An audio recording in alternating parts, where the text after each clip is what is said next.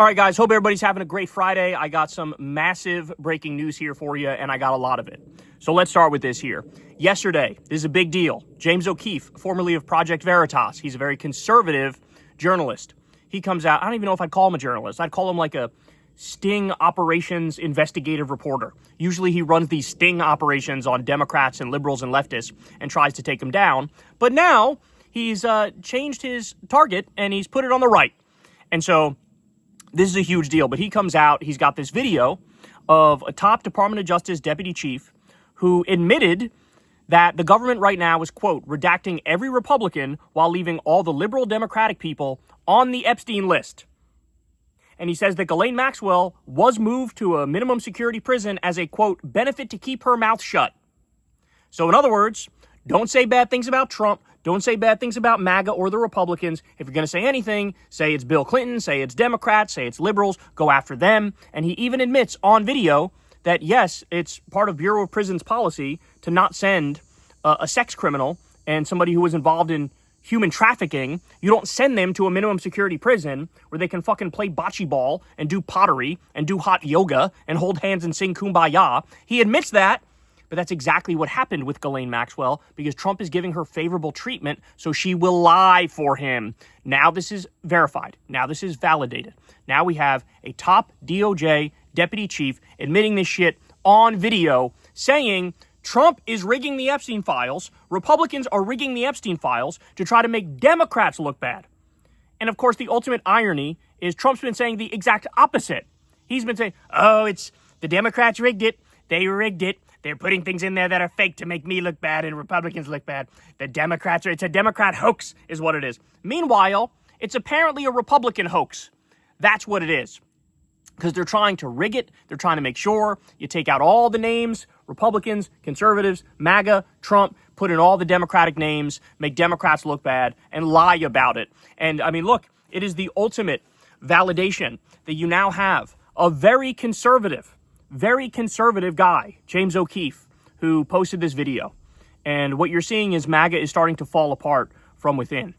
So in the wake of both this coming out and the Epstein victims press conference, which happened the other day, in the wake of that, Trump is panicking yet again. So he releases this super long essay, and he ends it with the following, quote, "It's time to end the Democrat Epstein hoax and give the Republicans credit for the great, even legendary, job that they are doing."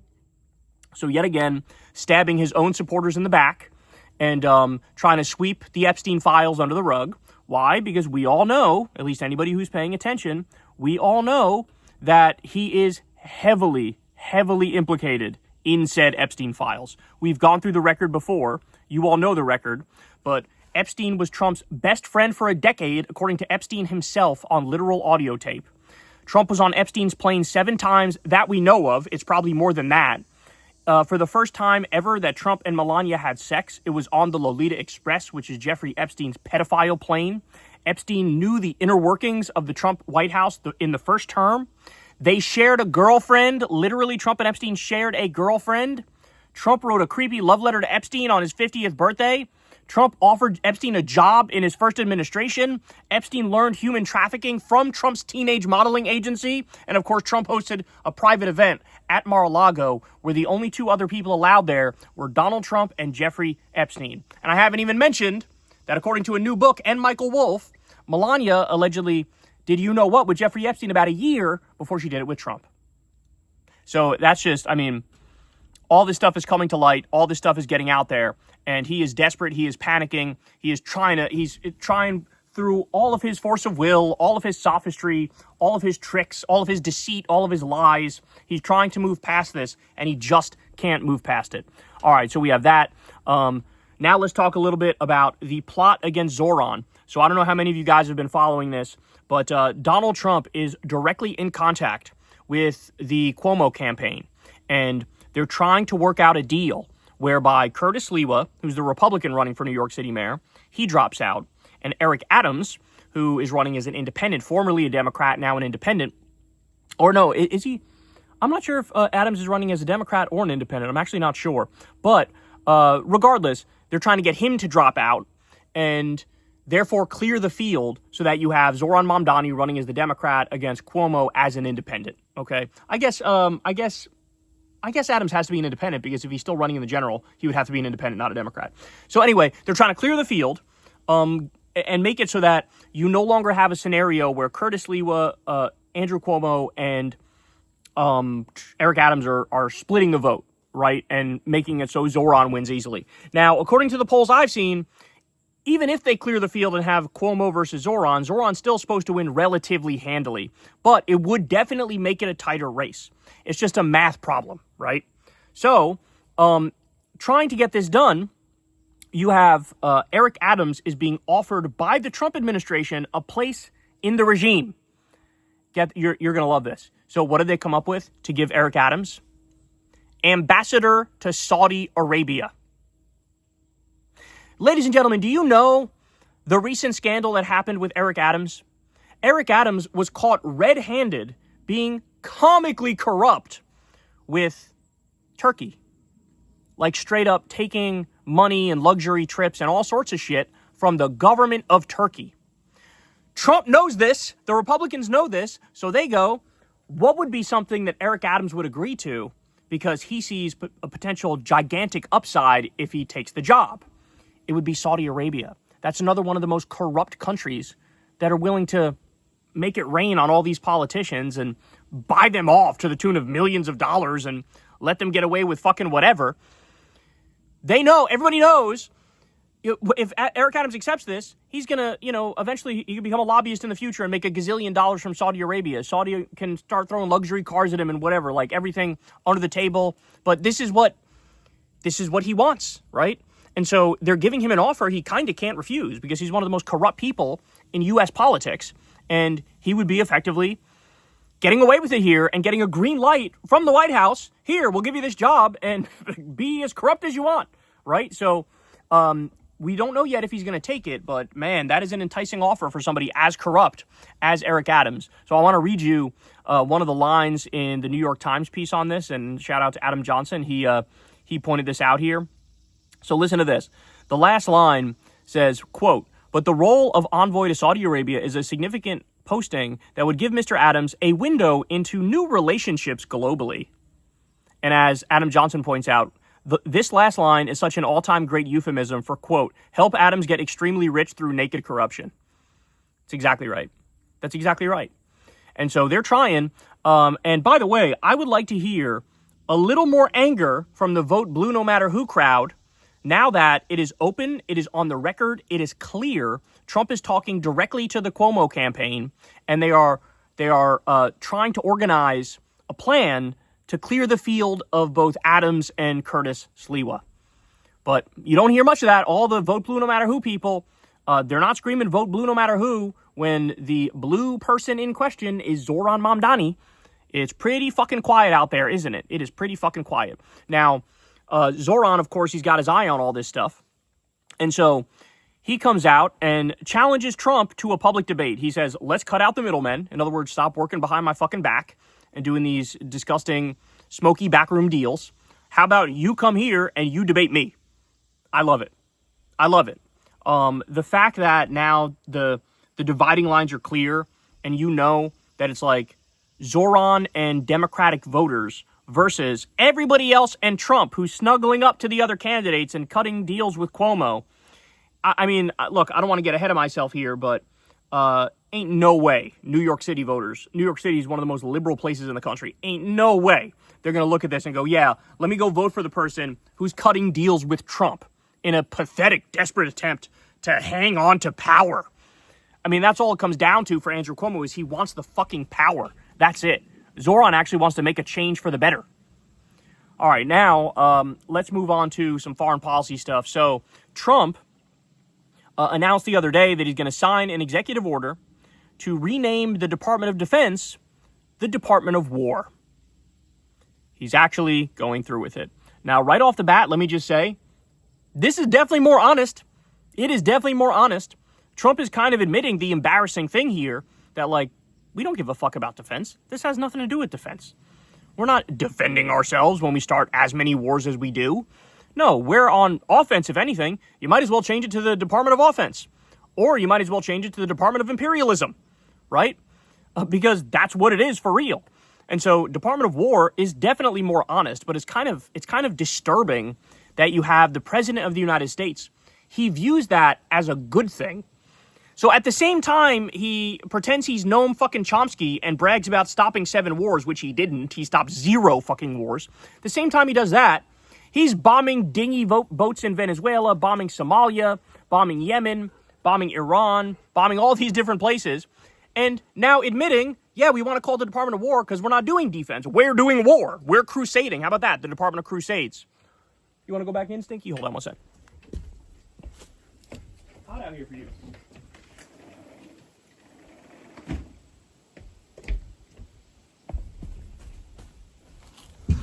Had to let her back in. It is fucking hot out here for her. It's like 85 or something like that, but for her, it probably feels like 128. So anyway, where was I? Department of War. I mean, this is what you get from Trump, right? He's the branding guy. So now it's Gulf of America, he says, and whatever other shit he's changing the name of. He's done it with a number of different things. But now you got Department of War. Definitely more honest, definitely more truthful, but it's also kind of disturbing that he thinks that makes him look better and our government look better. No, it makes us look like the fucking gangster thugs that we are. It makes us look like we're the problem because we are. As this motherfucker plots on, stealing Greenland and stealing Panama and bombing Mexico to go after the cartels. He's getting ready to bomb Venezuela more after he already illegally bombed them. Which, by the way, leads to my next story. 10 F-35 jets are being dispatched to Puerto Rico to support the drug war naval flotilla of 7 vessels in the southern Caribbean. So, in other words, 10 F-35 jets are going to be sent to Puerto Rico to potentially bomb Venezuela. We've lost our goddamn mind, bro. Like, this country has lost its goddamn mind. Really? We're all in now on war with Venezuela.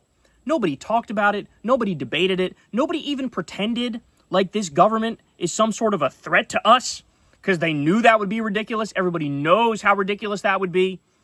We already attacked a fucking dinghy boat that they say had drugs but probably didn't even have drugs. And even if it did have drugs, is that how you handle fucking drug smuggling enough cocaine to not even take care of a bachelor party? Really? It is holy shit. Holy shit. So now we have, if you're keeping score, 4,500 troops have been sent to Venezuela. 7 warships have been sent there. And now 10 F-35 jets. And by the way, let's be clear. Pete Hegseth is buddy-buddy with Erik Prince. Erik Prince is an international terrorist who runs a mercenary fundamentalist Christian army that was called Blackwater. Now it has a different name. And Erik Prince has been lobbying behind the scenes to take down Venezuela so he can occupy it and he can help Trump steal the oil, steal the natural resources. That's what's going on. It might sound conspiratorial, but it's actually not. It's actually Occam's razor, especially when you consider Trump has been out there. Trump has said about Venezuela, we would have taken the oil. We would have taken the oil if I got him down in the first term. He tried to coup him in the first term. He tried to coup him. And he's also said this about Syria. He said this about Iraq. They should have taken the oil. In Syria, he admitted we're occupying a third of Syria to, quote, take the oil. That's exactly what's going on here. It's about power. It's about control. It's about imperialism. It's about natural resources. It's about putting a U.S. puppet government in there. And it's about giving Erik Prince more work with his mercenary terrorist army that's going to occupy another country. It's really disgusting. It's really incredible, man. It really is. By the way, while we're talking about insane foreign policy, so this news just came out. There was a top secret SEAL Team 6 mission in Trump's first term, and the whole idea behind it was invade North Korea, somehow put some listening device in there so that we could spy on Kim Jong-un better. And it happened in 2019. It was greenlit by President Trump, and it ended in a colossal failure because everything he touches turns to shit.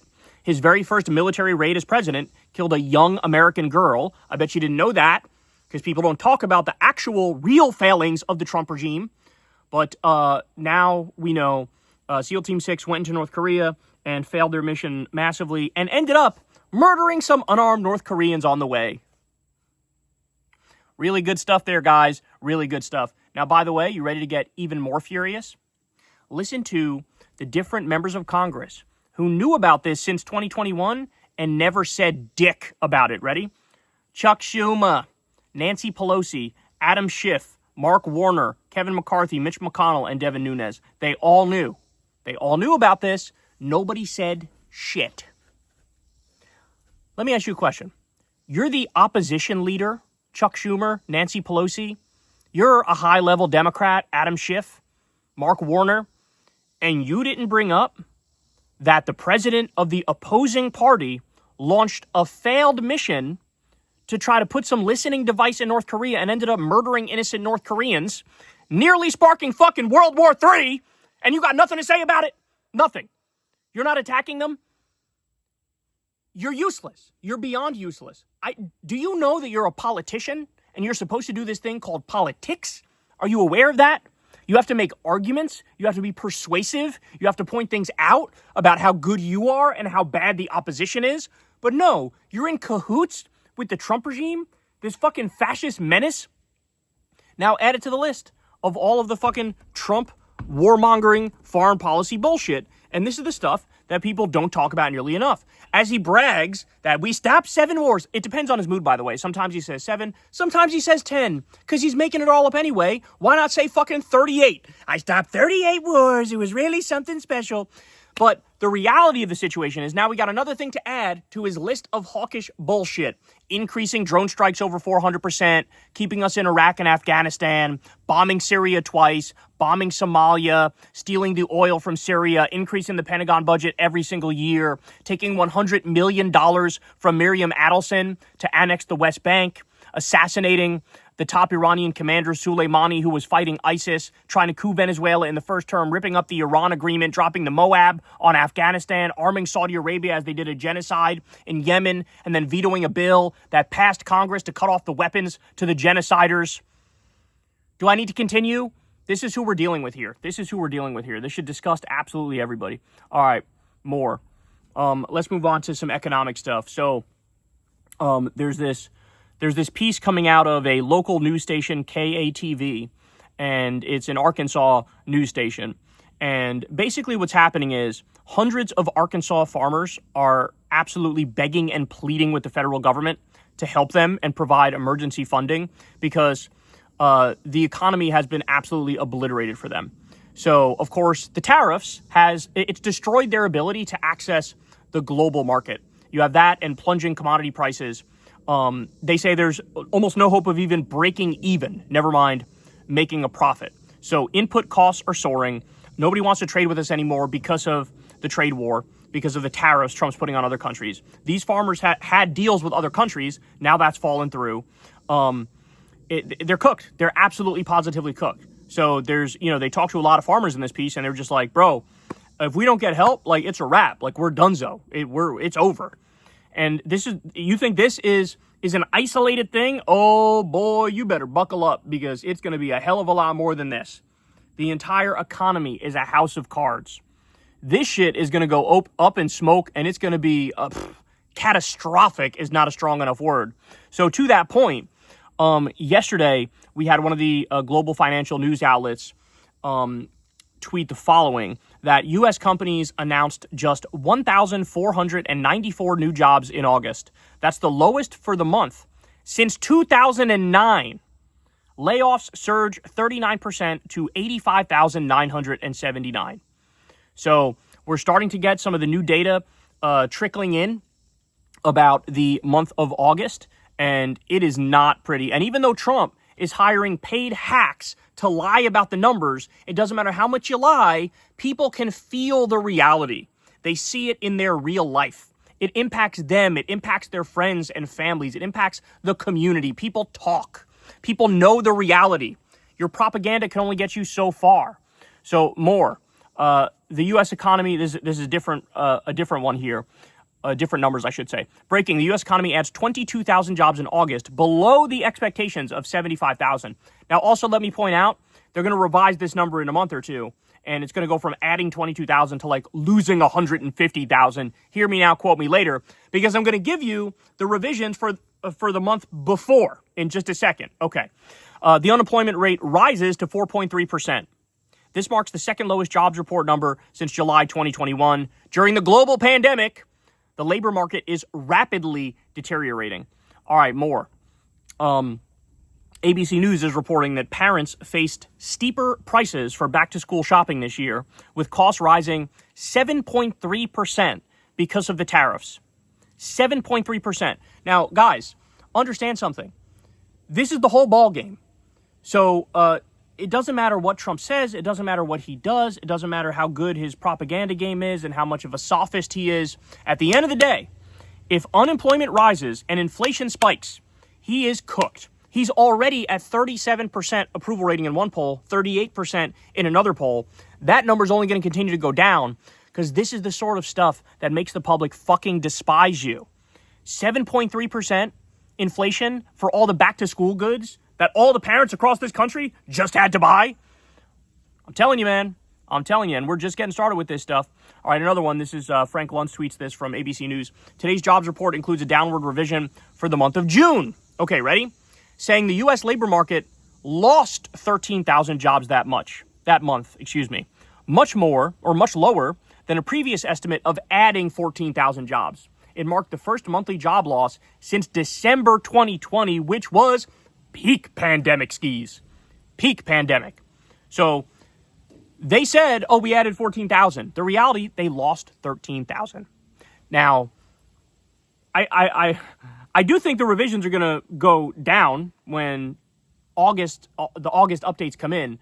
However, as you all know, Trump hired a paid hack in order to lie about those numbers. So maybe he'll revise them up and he'll say, no, actually, we gained 300,000 jobs. That is very likely to happen.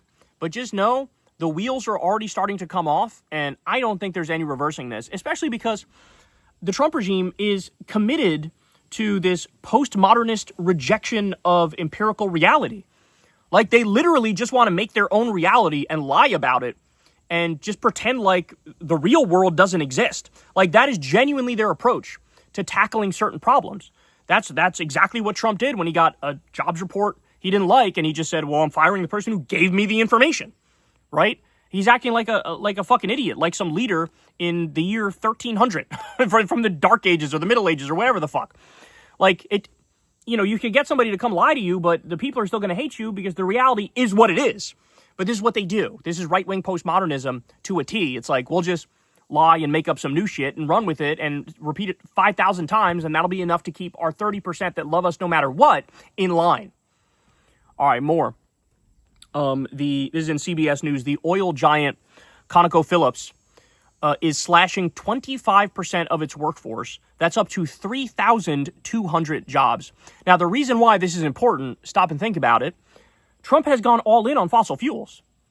He's gone all in on oil. He's gone all in on gas. He's absolutely obliterating wind and solar and all the green and renewable technologies that Biden was expanding. He's saying, fuck that. We're going to kill those industries and kill the job creation that goes hand in hand with those industries. And so he's doubled down and tripled down on fossil fuels. And even given that, now you're losing 3,200 jobs from ConocoPhillips, which is an oil giant. What does that tell you about the state of the economy? I think you all know. By the way, the U.S. has also lost more than 78,000 manufacturing jobs this year alone. I need you to remember that number because Trump is out there lying on a daily basis saying we're creating thousands of manufacturing jobs. It depends on his mood. Sometimes he'll say hundreds of thousands. Sometimes he'll say millions. He says we brought in 17 trillion in investment in this country or something crazy like that. That's like fucking half our GDP nearly. Nonsense, just lies. Well, as I told you, there wouldn't be a boom in manufacturing. The whole theoretical idea of doing tariffs is to get a boom in manufacturing. But I told you it wouldn't happen because he's doing it in the most ass-backwards way imaginable. He made it so that now people can't even afford to build the factories in this country because the raw materials cost too much because of the tariffs. Like, it's so insane how disconnected this shit is. We've already lost 78,000 this year alone. In Trump's first term, we lost 200,000 manufacturing jobs. In his second term, he's already killed at least 800,000 manufacturing jobs because there were bills that were passed by Biden, which would have created a lot of manufacturing jobs. The CHIPS Act, the infrastructure bill. There was a bunch of stuff that was just about to explode. He killed all the funding for that and then did the tariffs, which led to more factories going, now we can't afford to build it. Now we're not even going to build it anymore. 78,000 losses in factory jobs just this year. Okay. More Perfect Union says that U.S. companies have surged past $1 trillion in stock buybacks already this year, enriching investors at a record pace. Let me ask you a question. Why do you think they're doing this? Why are they doing this now? Why are they doing $1 trillion in stock buybacks this year? Again, I think you know the answer. Because they know what's coming. Because they know what's coming. And understand something. Stock buybacks used to be illegal until Ronald Reagan came along. It was viewed as stock manipulation until Ronald Reagan came along. And now it's par for the course. Now it's par for the course to not reinvest in your company and to screw your workers and to basically continue to wage class warfare and do mass fraud. Like, that's all considered standard operating procedure. As Ron Filipkowski points out, and this is an important thing for everybody to remember, literally right up until the minute Trump's business ventures implode, he says they're doing great. So he lists Trump Shuttle, Trump Atlantic City Casinos, Trump Steaks, Trump University. They all went bankrupt, and Trump was claiming they were a huge success with big things right around the corner, literally until they just imploded in everybody's face. And that's exactly what's going to happen with the economy. But with the economy, it's going to be even worse, because when it goes belly up, he's still going to act like everything's great, everything's amazing. I don't know what you're talking about. He's still going to try to find a way to power through it. I guarantee you that's what he does. It's either that, or if he acknowledges that things are bad, he's going to blame people around him, or he's going to blame the Democrats, or he's going to find a way to act like I'm being sabotaged, even though he fucking caused this. We've never seen a more purposeful, man-made downturn than this ever. Because all the evidence is there, all the information you need is there that his policies will lead to this, and he doesn't care and just fucking plows ahead. All right, so some more updates for you. This is what you need to thank Donald Trump for. And shout out to the Twitter account Cuckturd, which of course is a parody of Cat Turd. It's at CatTardSlim. And this is what you have to thank Trump for. Ready? So he's done this. I believe all of this is in his second term, or most of this is in his second term. Ready? Airlines no longer have to reimburse you for flight cancellations and disruptions. So that was a Biden rule that passed. Said, hey, if you're having a hard time at the airport and, they cancel your flight on you or there's some disruption, they have to reimburse you. They have to. Trump got rid of that, siding with the airlines over the people. Bank overdraft fees were capped under Biden at $5. Trump got rid of that. Now they can charge you whatever the fuck they want for an overdraft fee. Again, siding against the people and with the banks more. There was free IRS filing passed by Biden. Trump got rid of that. Medical bills under Biden, they said you're not allowed to hold that against people on their credit report. Medical bills can't be used against you on your credit report. Trump got rid of that. He said, yes, they can. In every way, shape, and form, a giant middle finger to working people. That's what he's delivering. Okay, more.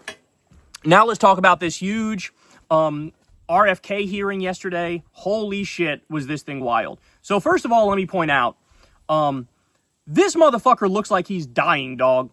He looks like he's dying. People kept pointing to the fact that his face looks like the color of a fucking football or like a baseball catcher's mitt. He looks like he's made of fucking leather. He, of course, sounds horrible, but he's always sounded horrible, so that's sort of par for the course.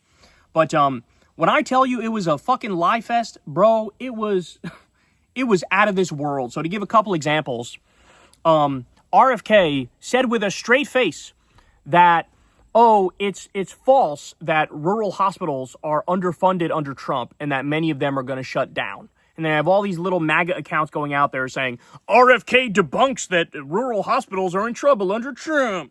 Meanwhile, so what one journalist did, an Axios journalist, he took the clip of RFK saying this and sent it to a rural hospital executive and said, okay, what's your response to this? And that person responded, quote, that's just not accurate. The fund is not only for rural hospitals, and according to HHS, it can't be used for operating expenses. And they cut $1 trillion from Medicaid, which will disproportionately harm rural hospitals. So RFK is saying, no, the big bullshit bill did not impact rural hospitals in a negative way at all. He even went as far as to say it increased funding for them. What's the reality of the situation? Guys, 17 million people are going to lose their Medicaid. An absolute bare minimum, 300 rural hospitals are guaranteed to go under. And the number could go as high as 742 rural hospitals are going to go under because of Trump's big bullshit bill, cutting massive amounts of money from Medicaid, kicking 17 million people off their health care. And RFK gets in front of the world and fucking brazenly lies and says, no, we increase funding. It drives me crazy. It's so true that we live in a post-truth world. It is so true. Because people who are on the right are going to watch that portion of the committee hearing and go, I guess RFK's right because I like him more than I like the Democrat who was trying to hold him accountable. And it's like, no, you're just fucking wrong and you don't know what the fuck you're talking about. And all of your politics is based on vibes and feelings, which is one thing. But then when the fucking hospital down the street shuts down, maybe you'll feel a little differently. Or maybe you'll still be a dipshit and blame Democrats, even though it's Trump and the Republicans that did that. And RFK fucking ran cover for them as it happened. I love the make America healthy again shit. And Bernie, of course, goes, okay, so should we have universal health care, Medicare for all? And RFK goes, oh, I don't know about that. So you're going to make America healthy again, but definitely not universal health care. We don't want to do that. We don't know if health care is a right. That's what RFK said. Bernie goes, do you agree that health care is a right, not a privilege? He's like, I don't know about that. What a sick joke. Because, to RFK, as long as you're eating the fries that were cooked in beef tallow, then you're doing great. As long as you eat the Skittles that don't have the colored dye on them, then you're doing great. Then you're really fucking healthy. All right, so I also have this moment. This was incredible. So Cassidy, who, by the way, is a Republican who voted to approve RFK for head of HHS and said at the time, like, oh, he's not going to go against the science. Well, tell us how our ass tastes, bitch. Because, of course, we were right and you were wrong. He immediately started going against the science. He's a fucking crackpot. Okay, but he voted for this guy. Now he feels stupid. He feels like he has egg on his face. Why? Because he's a doctor. He's a fucking doctor. And he voted for RFK for head of HHS. That's psychotic. But now it's like he realizes, all right, I got to try to make up for the fact that I helped ruin this country. And so he asked some tough questions to RFK in this hearing. So he says, do you agree that the president deserves a Nobel Prize for Operation Warp Speed? That, of course, was the operation to get the COVID vaccine created as fast as possible. Okay. RFK responds, absolutely. Cassidy responds, but you just said the COVID vaccine killed more people than COVID. So RFK wants Trump to get the Nobel Peace Prize for Operation Warp Speed, but he thinks Operation Warp Speed killed more people than the COVID vaccine, which would mean Operation Warp Speed killed millions. Give the Nobel Peace Prize to the guy who purposely killed millions of people. Does anything matter anymore? You get the sense if this was a moment that happened in 1993 in some committee hearing, there'd be a massive scandal. They'd talk about it for 3 weeks and then the person would be forced to resign in shame and never be seen again in public. But this happens now and it's what are you going to do? We're going to be the only ones who even talk about it, bro. Oh my God. I'm going to lose it. I'm going to lose my goddamn mind in this second Trump era. I swear to God. All right. Another moment that happened is, RFK was grilled that he says antidepressants have led to mass shootings. This is literally like an Alex Jones level conspiracy. It's been investigated 17 ways to Sunday. It's not remotely true. In fact, the opposite may be true. That all the people who do mass shootings who were prescribed antidepressants, usually they stop taking their antidepressants and then they have a meltdown and then they go do the shooting, right? But they flip it totally ass backwards. And, RFK has implied at times and outright said at other times, we think that there might be a connection between the SSRIs and the mass shootings. And so that's brought up to his face and he fucking melts down. He's like, I didn't say that. I didn't say that. You're lying. You're just lying. I never said that. That's not true. Meanwhile, of course, CNN immediately grabbed the clip. And so they play back to back. RFK denying he ever said that. Cut to him saying it literally last week on Fox News, bro. Literally last week. And he said, I've heard him say it. I've listened to podcasts with him where he's fucking said it. Why are you denying it? Because the fact of the matter is he knows he can't back up these points in reality. He knows when there's any real pressure, any real pushback, anybody knows what the fuck they're talking about, all of his bullshit, junk science, crackpot theories get destroyed. Because he read these shitty ideas from some dumbass hippie blog in 2007 and thought like, oh, this is the unvarnished truth. And he believes it, but if anybody pushes back, he just backs away from the claim and acts like he never said that. But you did say that, and you do believe that. Oh my God, I hate this guy so much. You have no idea. You have no idea. All right, I got to read this tweet for you because I found it hilarious. Now, as I said, during the hearing, just looking at RFK, he looks horrible, bro. He looks horrible. His skin tone right now is about 17 shades too dark. It's 17 shades darker than what it should be, naturally. And I'm going to get to why that is in a minute, because that's actually really interesting, too. But somebody said the following. Sibo the Eggman, shout out to this person on Twitter, said the following, quote, I'm going to make America healthy. Wheezes heroin addict who drinks blue dye, that's methylene blue, abuses steroids, tans until his face looks like a catcher's mitt, eats roadkill, and contracted a parasite that ate part of his brain. The funniest part about that is that they also forgot beheaded a whale and put the whale head in his car and drove with it while freaking out a family member about this and at the same time. Unbelievable. All right, I got more, though. More on RFK for you. Claire Lehman, shout out to her. She said the following.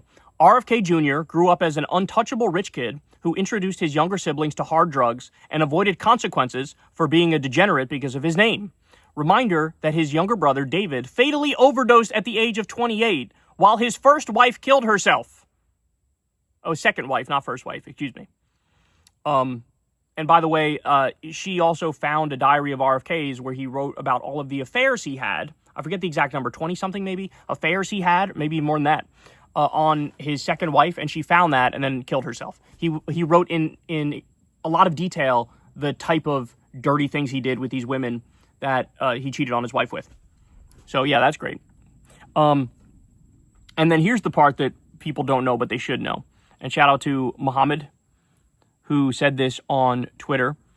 Quarterly reminder that RFK Jr. uses research chemicals to create new melanin and darken his pigment, effectively doing blackface HRT. That's hormone replacement therapy. So, and then he shows a photo from 2009 what his skin looked like, and it looked totally normal. But then RFK discovered these men's health clinics or med spas. And in those places, they prescribed him TRT, testosterone replacement therapy, HGH, human growth hormone, and this is the one I just learned about last night, melanotan. Melanotan. You know what that is? It's not melatonin. That's the one that makes you sleepy. No, this is melanotan is a peptide. And it's a very weird peptide. It makes it so that your pigment gets darker. Your skin will get darker. So if you are like a bodybuilder and you go tan once and you want to like hold that level of tanning without continuing to go to the tanning booth because you know that causes cancer, you take this peptide and if you tan once, it'll like hold that level of darkness in your skin. And RFK Jr. apparently learned about this shit and he takes this shit. Now, it's not nearly as tested as it needs to be, is point number one.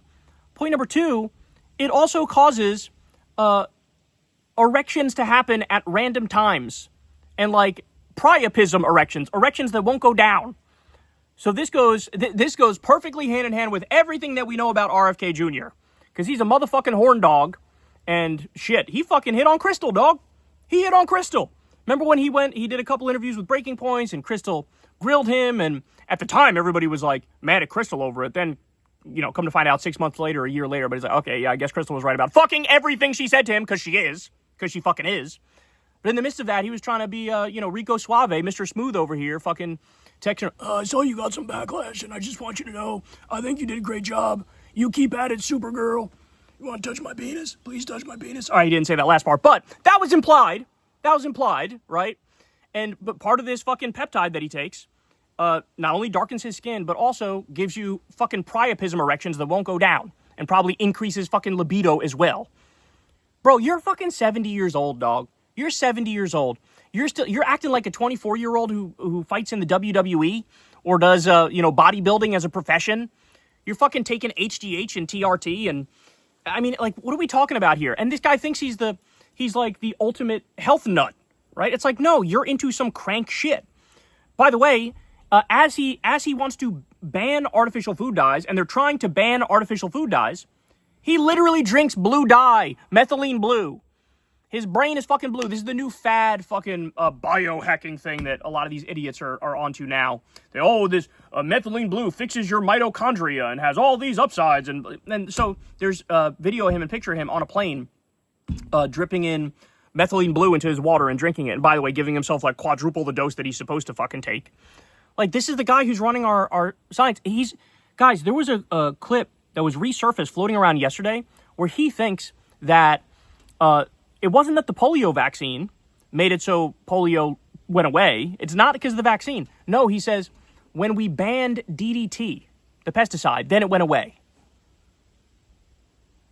I mean, he's just making shit up. You come up with any fucking crackpot theory you can pull out of your asshole, and he'll be like, that sounds more plausible than the mainstream science with all the fucking placebo-controlled double-blind studies in the world. This guy wouldn't know a real scientific study if it hit him over the fucking head like an anvil. Right? That's what happened too in the interview with Crystal. Is RFK made a claim and Crystal was like, that sounds sketchy, and she jotted it down. Afterwards, she looked it up. Literally the exact opposite of what he was saying was the truth. He totally flipped the truth on its head. And she was like, this guy, write down anything he says that you find questionable, you go look it up. It's guaranteed to be wrong. Guaranteed. Jesus Christ. And he's limiting now the people that can get the COVID vaccines, right? Just absolutely destroying. Yeah, that's why you have mass resignations at the CDC. These people are like, he won't let us do our fucking jobs. He won't let us do our jobs. He's like against science. He's objectively against science. It's just absolutely crazy. All right. One more thing on RFK. So there's this guy named Bill O'Neill, and he is a Peter Thiel funded freak. And RFK Jr. now put him in charge of controlling diseases in America. And this guy, there's video of him in 2009 at the Seasteading Institute. This is like this libertarian pipe dream where they build these cities on the sea and they have like, no laws, bro. We're going full anarcho-libertarian, bro.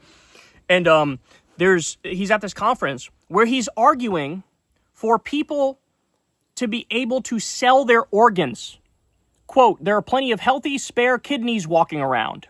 That's what he said. And why would you want that to happen? When a rich person can buy this person's kidney, shouldn't they be allowed to buy? Do you not understand the psychotic incentive structure it sets up to allow sales of organs?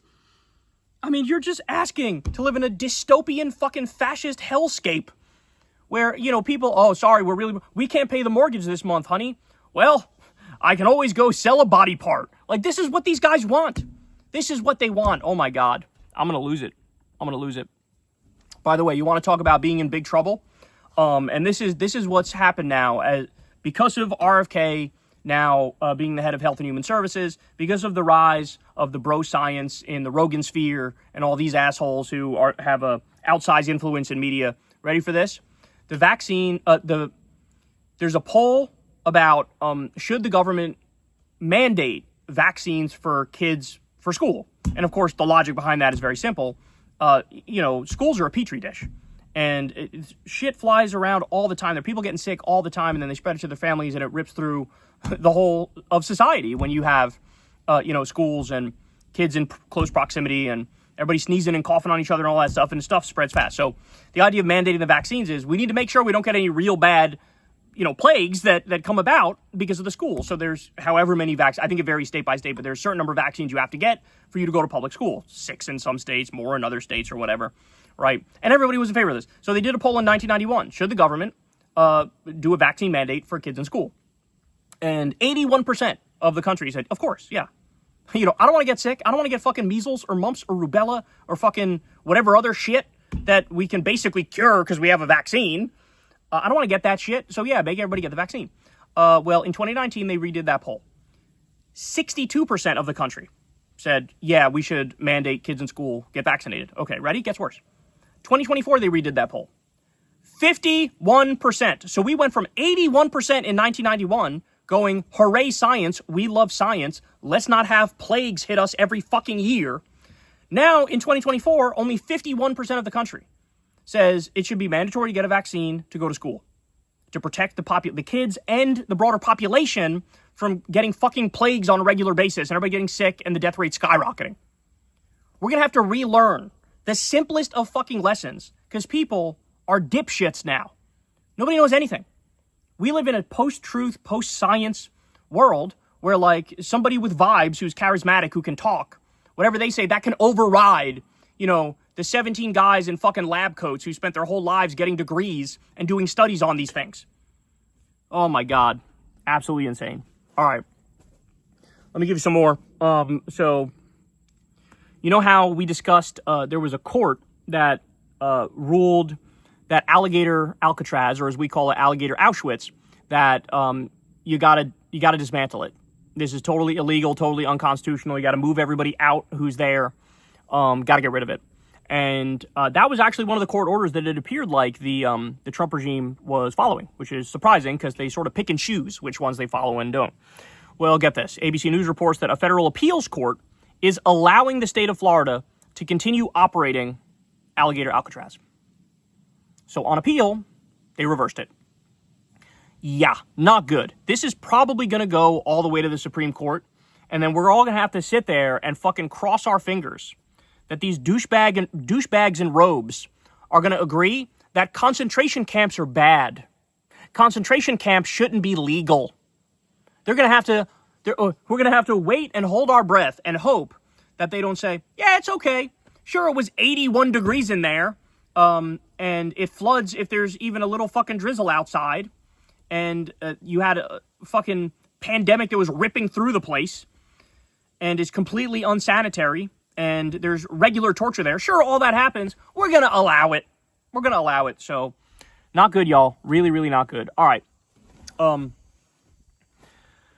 now let's talk about this, because this is one of the things the right actually saw this and was not happy. They were not happy. So I think the right is taking some body blows at the moment because of, you had the Epstein press conference the other day, Thomas Massey and Ro Khanna setting that up. Shout out to them for doing that. And the right, they sort of didn't know how to react to that.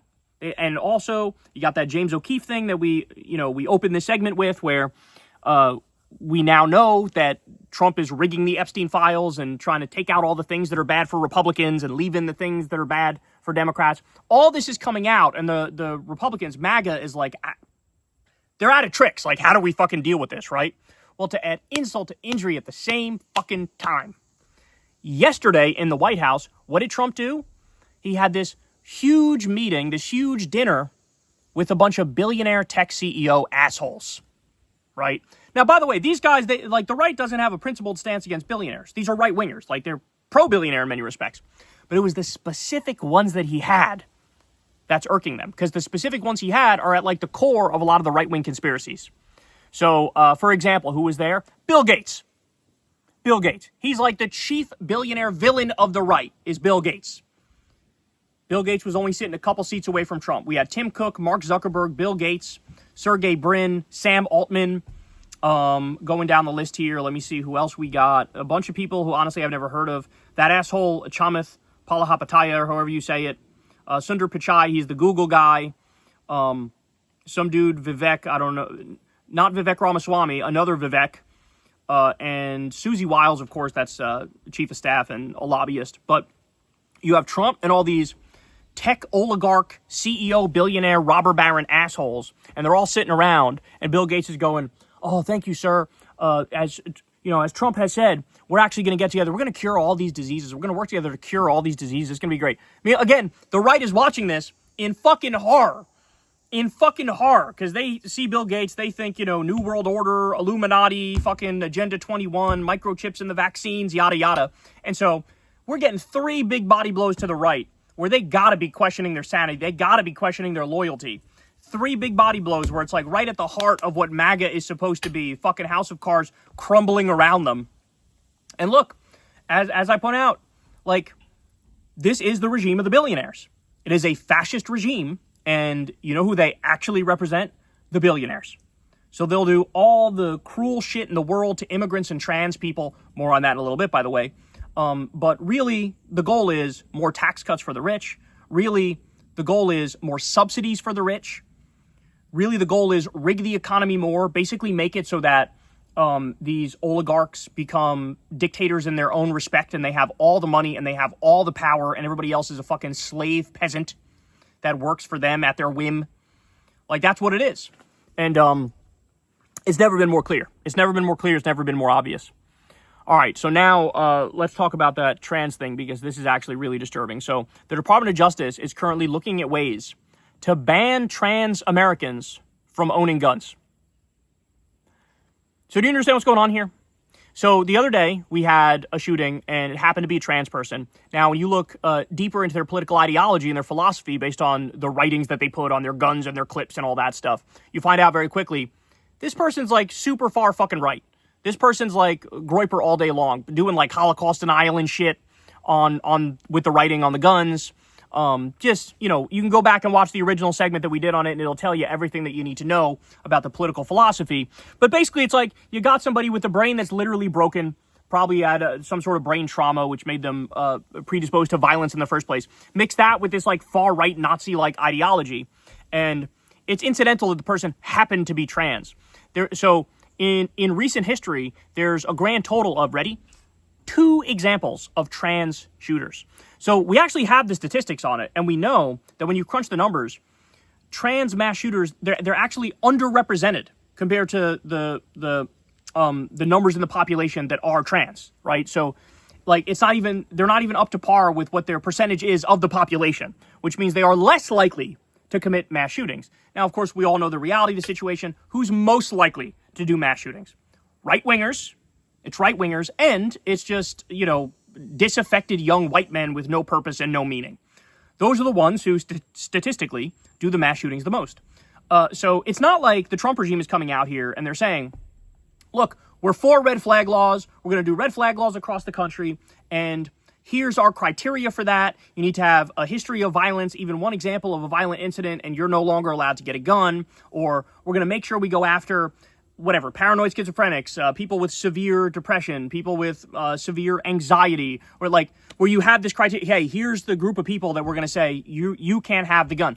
They're not doing, they literally went straight to only trans people can't have the guns. So history of violence, don't care.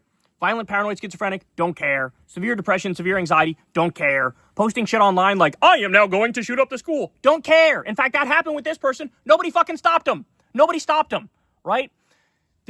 What they're doing is specifically targeting a group, which, let's be serious, needs the guns more than most people.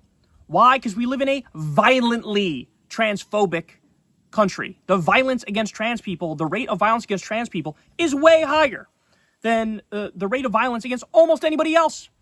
I don't know if you know this, the entire right side of the political spectrum is on a crusade to take away trans rights. You have states like Texas where they propose legislation that says if you try to change your gender on your driver's license, that's criminal fraud, and we want to lock you up for that. They're making it harder to get the treatment that these people need. So there's an all-out war, an all-out assault on trans people. It's just harder to get a job even as a trans person. And if anybody needed potentially a gun just for protection from some psychopaths who might want to fucking attack them or lynch them or beat them up or whatever, it would be the trans community. And he wants to take guns away from that community, specifically. The thing that's so fucking insane is that we all know the number one demographic group that does the mass shootings.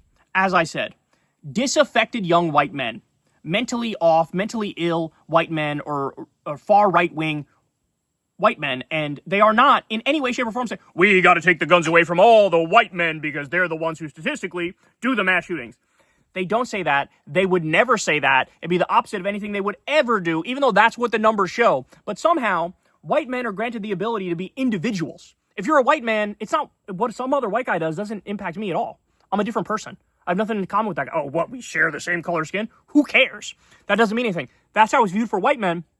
But for trans people, 2 of them do mass shootings, and all of a sudden, it's fucking end of the world. Let's take away guns from all trans people. All of them. Jesus Christ.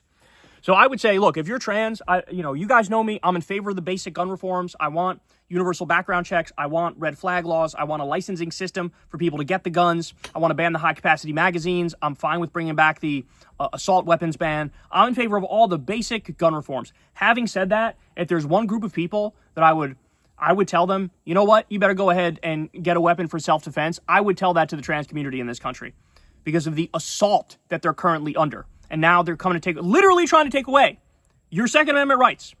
So apparently gun confiscation is always bad unless you're trans. By the way, there's also these right-wing commentators online who in the past have said black rights are gun rights, Native American rights are gun rights, trans rights are gun rights. Went down this whole fucking list, right? And then now they're tweeting, yes, take away the guns from the trans people. These people believe in nothing. They believe in nothing. Nothing, nothing, nothing. They will go wherever Trump fucking wants them to go. They are the Trump-designated fart sniffers. That's what they are. And so we went from saying gun rights are trans rights to fucking you take away all the guns from all the trans people. I hate these people, bro. I absolutely despise these people with a burning passion. Now, while we're on the topic of trans people, so libs of TikTok decided to launch one of their shitty fucking crusades, this time against a trans Navy commander who's a medical director, okay? And I don't know if they work for the VA and they're medical director or whatever it is, but I don't know if they're just in the Navy, I don't know, it might be two jobs where on the one hand they're a medical director, but they also are in the Navy, or it might be they do medical stuff for the Navy with the VA. I'm not sure. But anyway, libs of TikTok goes on a crusade against this person. And so Pete Hegseth quote tweets the libs of TikTok tweet about it and says, pronouns updated, she, her, fired. So do you understand what that means? This is Pete Hegseth firing a trans person, and literally just because they're trans. Just because they're trans, that's it. Like, textbook case of discrimination. Illegal discrimination. Textbook. But, you know, we live in the new unhinged era of fascism run amok, and this is where we are. So now he can fucking brag and joke about destroying this woman's life because they're trans, and they, you know, happen to be employed by the government. It's just absolutely disgusting. It truly is. It truly is. All right, now let's move on to Trump's humiliation. So Trump sort of flew the white flag here and admitted something that I'm shocked he admitted, but he posted on Truth Social. Looks like we've lost India and Russia to deepest, darkest China. May they have a long and prosperous future together. President Donald J. Trump.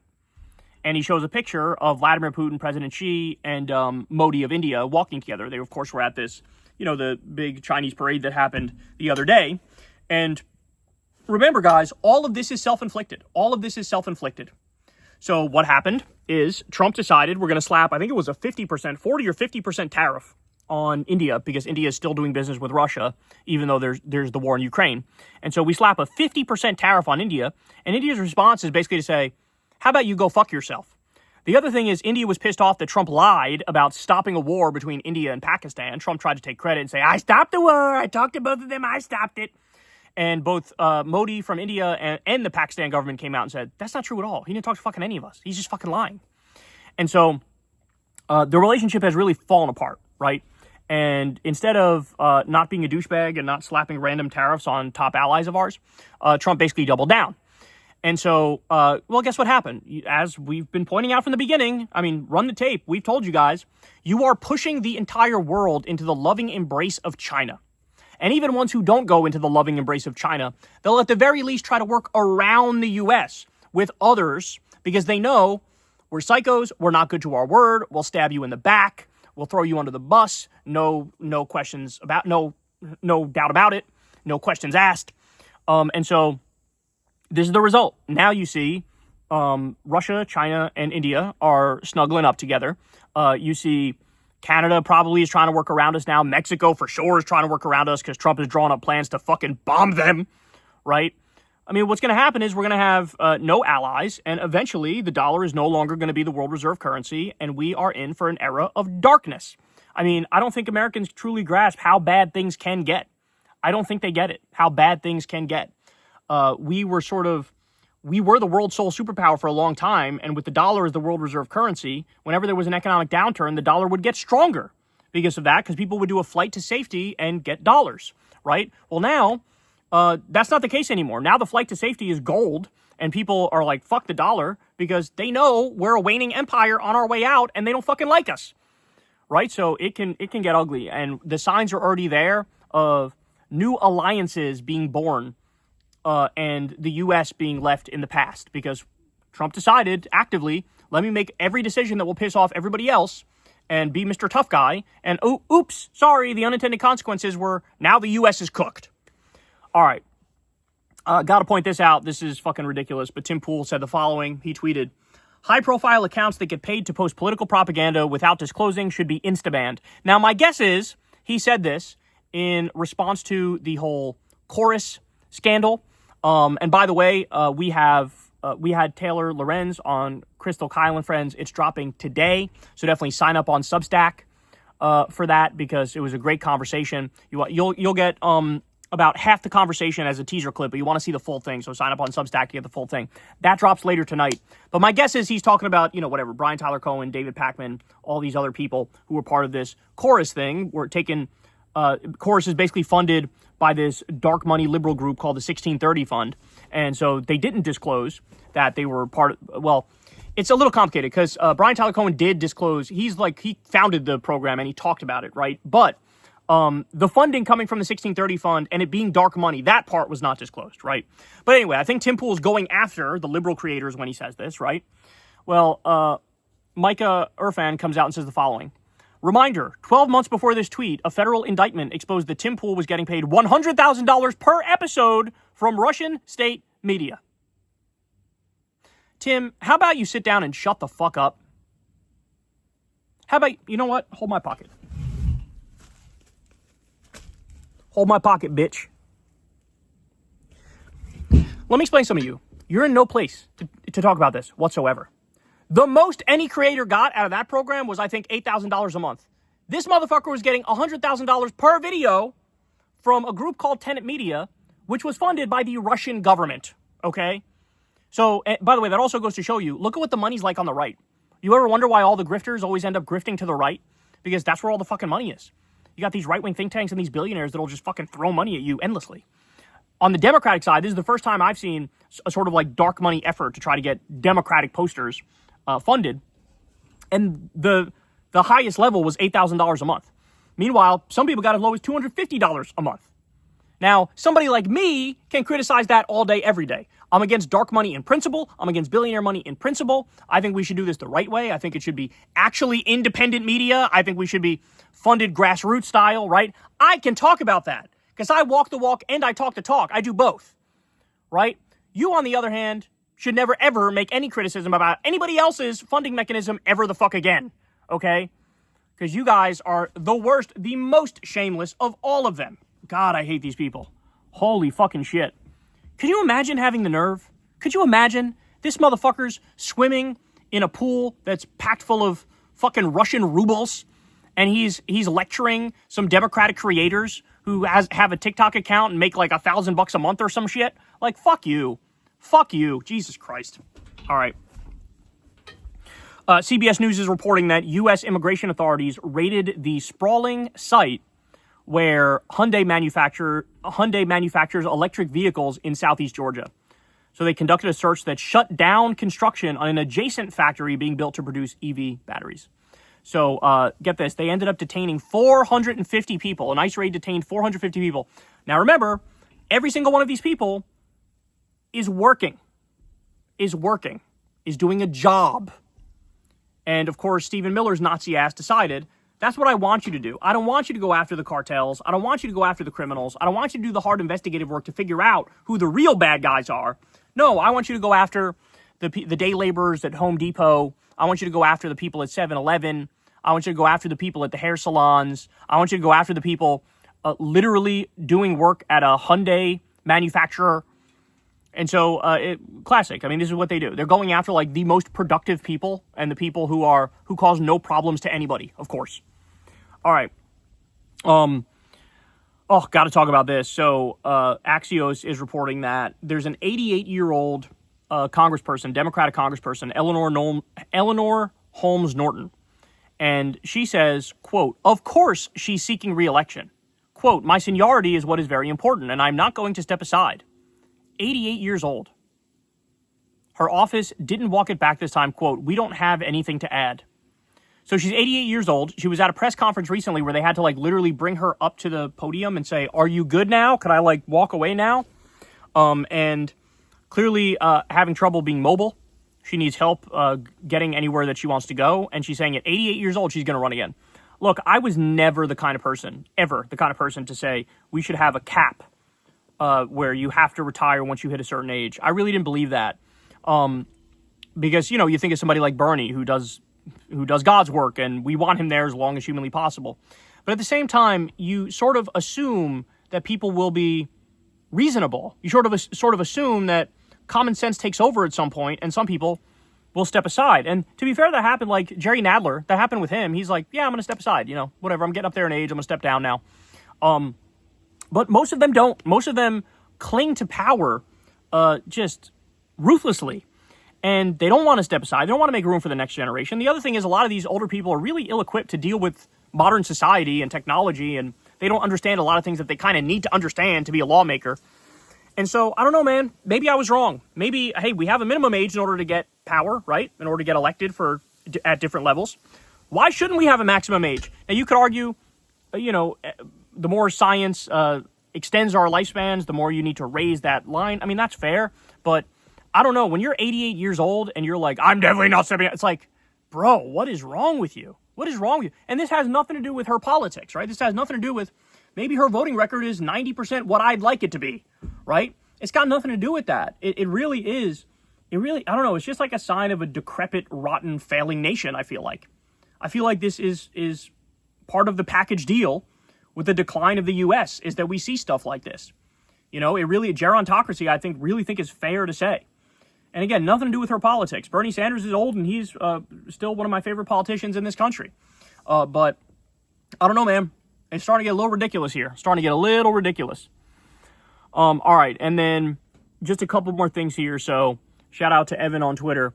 He says the following. He highlights this other Twitter conversation that happened. This is actually very disturbing. So there's this guy, let's call him Ilya. Ilya tweeted the following. AI startup Flock thinks it can eliminate all crime in America.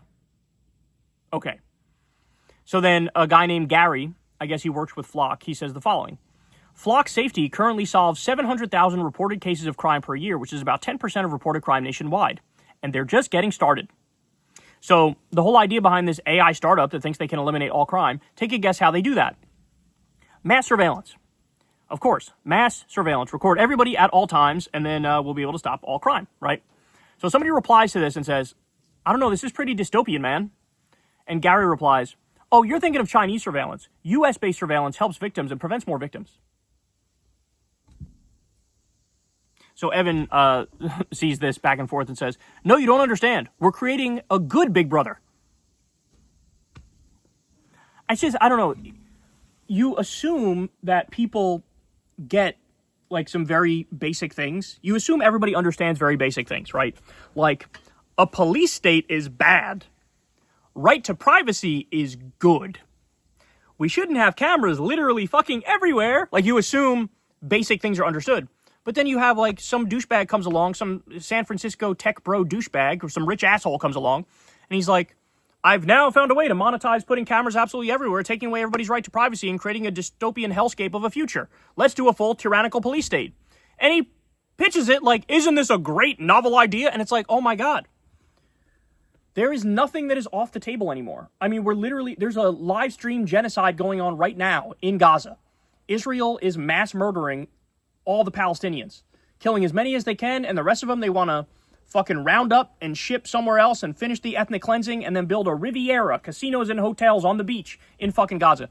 If that's still on the table, there is nothing that's off the table. So it makes me think this fucking dystopian, sci-fi, futuristic, hellscape, police state tyranny is coming. It's coming at some point. Some fucking lawmaker is going to take them up on this, and then I was able to reduce crime 89%. And then the other people running after, oh, I'm also in favor of reducing it. I'll reduce it 95%. And boom, you got fucking cameras everywhere. Right to privacy is no more. Oh, man, we really do live in hell, y'all. We really do. All right, and then finally, let me give you this. So, Paramount is reportedly set to buy Barry Weiss's outlet, the Free Press, for somewhere in the $100 to $200 million range, with Weiss receiving a job-guiding editorial direction at CBS News. we are so cooked. Like, everything is cooked. The media is cooked, society's cooked, the economy's cooked, the world is cooked, the environment is cooked, like, everything is cooked. Bari Weiss, her claim to fame is just being a genocidal Zionist prick. That's her claim to fame. If you go and look at the Free Press YouTube channel, I shit you not, they get like 7,000 views per video. Sometimes they get 2 or 3. Sometimes they'll go wild and get 14. But they get like 7,000 views per video on the Free Press YouTube channel. You're telling me a mega corporation is going to give her $200 million for her shitty YouTube channel that virtually nobody watches? If her fucking outlet is worth $200 million, what's my outlet worth? What's my outlet worth? That's a serious question. $4 billion? Is this really the game that we're playing? If you want to do numbers for numbers, you want to do analytics, you want to look at this quantitatively, my outlet should be worth a zillion times more than her outlet. But no, understand something. Why? Why is this happening? The answer is very simple. The bigwigs, the moneyed interests, and Paramount, the corporation, they like that she's an unrepentant Zionist who's been doing genocide apologia, Holocaust apologia, saying, oh, are the Palestinian children starving to death? Well, that one's head was partly shot off by the IDF months ago. Therefore, they had a pre-existing condition. Therefore, it wasn't just the starving that killed them.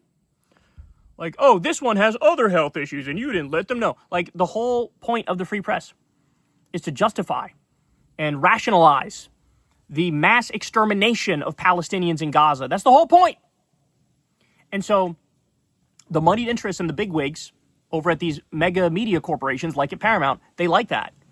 So this is them saying, we're going to pay you off for providing that service that we want. Here's $200 million. And also, now you get last say at fucking CBS for all the coverage. So 60 Minutes, gonzo, dog. Done. Over. And we already knew that was the case because the guy who actually did a good job stepped down. Remember that? Then you had the people who worked there basically saying like, hey, we agree with the philosophy of the guy you just got rid of. We're not going to stray from this. Okay, well, then they're just going to fucking fire you. They're going to bring in some Zionist hacks to do Zionist propaganda. And 60 Minutes, which has a history of doing a great job usually, now they're going to be cooked. Because Bari Weiss gets to fucking veto whatever shit she doesn't want you putting out. So if you're a little too anti-Trump, a little too anti-Israel, a little too pro-Palestine, sorry, you're done. We're not going to run that. So that's where we are. That's where we are. Now, by the way, stop and think about it. Zateo, Mehdi Hassan's news outlet, Dropsite News, Jeremy Scahill, Ryan Grimm, their outlet. These are outlets that do real work. Zateo gets way more views and way more eyeballs, way more interest and support than fucking Bari Weiss's Free Press. Is anybody knocking down his door to give him $200 million? In reality, he gets more views. He should probably be offered $800 million or some shit, right? Is anybody knocking on his door for that? No. Why? He's pro-Palestine. He's anti-Israel, right? Dropsite News. They are the only people who are meticulously explaining what's happening on the ground in this genocide. Every day they give you an update. 72 Palestinians killed here. 4 died of malnutrition and starvation. This one is missing. There's bombings going on in this area by these tents with these refugees. This is what they do. So they've been doing real journalism, real work in a world that made sense. It would be Dropsite. That would be they'd be getting their door knocked on by the major media corporations because they go, you're doing real journalism, you're doing real work, you're giving everybody the facts and the information that nobody else can get. You have a relationship with all these Palestinian journalists on the ground, the ones who are still alive, that is, right? But no, Dropsite gets no love, Dropsite gets no offers, Zateo gets no love, Zateo gets no offers. Why? Because they care about Palestinians, because they're anti-genocide, because they're critical of Israel. But you have this fucking disgusting Zionist pig who does nothing but propaganda for Israel and literal, Holocaust denial. She gets $200 million and fucking veto power for the news coverage over at CBS. So CBS is done. They're done. Now, this deal is not finalized yet, but she's going to get the bag. She's going to get the bag. And I never want to hear, because they still have the nerve to call themselves, independent. You're independently denying a Holocaust. That's great. You're independently taking $200 million from a mega corporation. Independent my ass cheeks, bitch. My ass cheeks. What is with this bastardization of independent media? Don't even get me started on this rant. Holy shit. All these people calling themselves independent. None of you are independent. There's only like 7 of us out here that are actually independent. And people can tell because of what we cover and how we talk. And the fact that we really mean what we fucking say. Right? So holy shit. $200 million for Holocaust denial. And for, she's being paid for the right to destroy CBS News completely. All right, guys. I think that's all I got for you today. Everybody have a great rest of your day, and I will talk to you soon. As I said, do yourself a favor. Sign up on Substack. Check out the full interview that we did with Taylor Lorenz. That drops later tonight. The teaser clip will drop a little bit later as well, before the full thing, but it'll drop a little bit later as well. So, yeah, we'll see you there, and I'll talk to you soon. Peace.